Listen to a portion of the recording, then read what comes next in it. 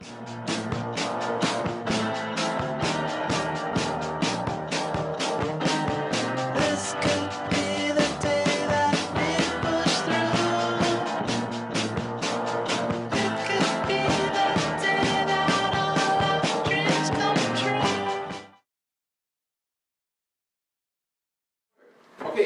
hi, this is some more Rabbitson code. Right, so I'm going to talk about commit FCF32D0 in the DBIc history. What's that? Okay, anyway, right, so what is this about? This is about being able to take something in DBIc that basically joins a whole bunch of stuff and just takes some random columns from here and there, which in SQL produces something like this. This is actually as big as I can make it because otherwise it's falls off the screen. But basically, you know, it's random values in random columns and stuff like that, and being able to compress it back into nice hash refs, which we actually use to build objects and stuff like that. And you know, to make things more fun, we actually have this, you know, added to our result set.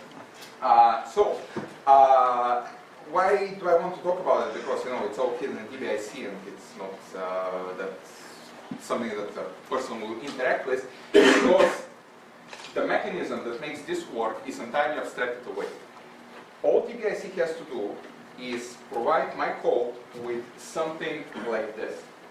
Basically what it says is that our first object, the topmost hash, can be identified either by column 0 or column 2 in the result set that we got back.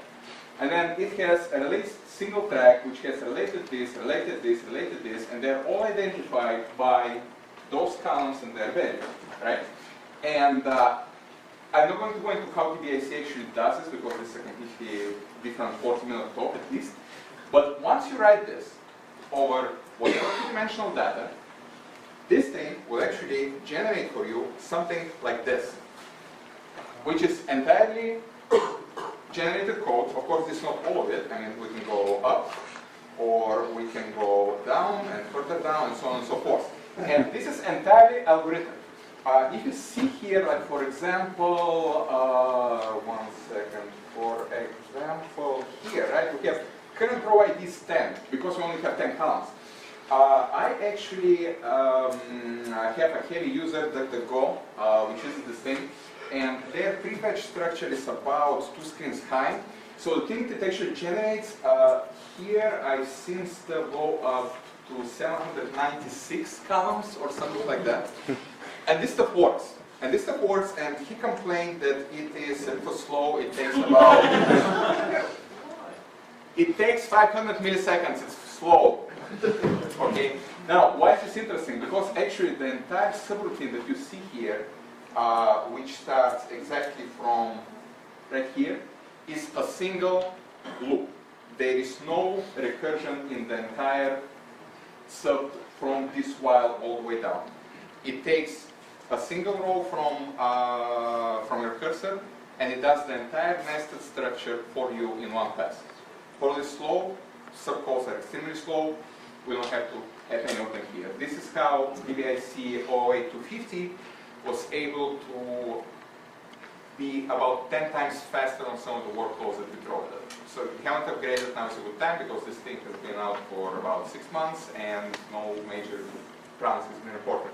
So why I'm showing you this? Because this is all very nicely abstracted. It's extremely heavily tested. This is actually a test.